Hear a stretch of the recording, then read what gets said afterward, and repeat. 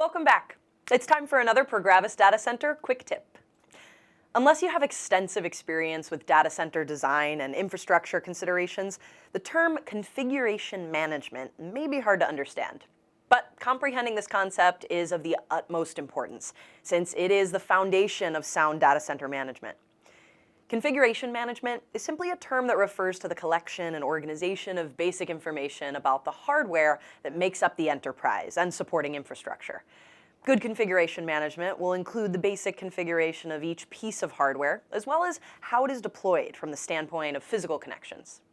Additionally, it takes into account a device's logical role in the enterprise. This means that for each component, configuration management offers a detailed guide for how it's installed and implemented.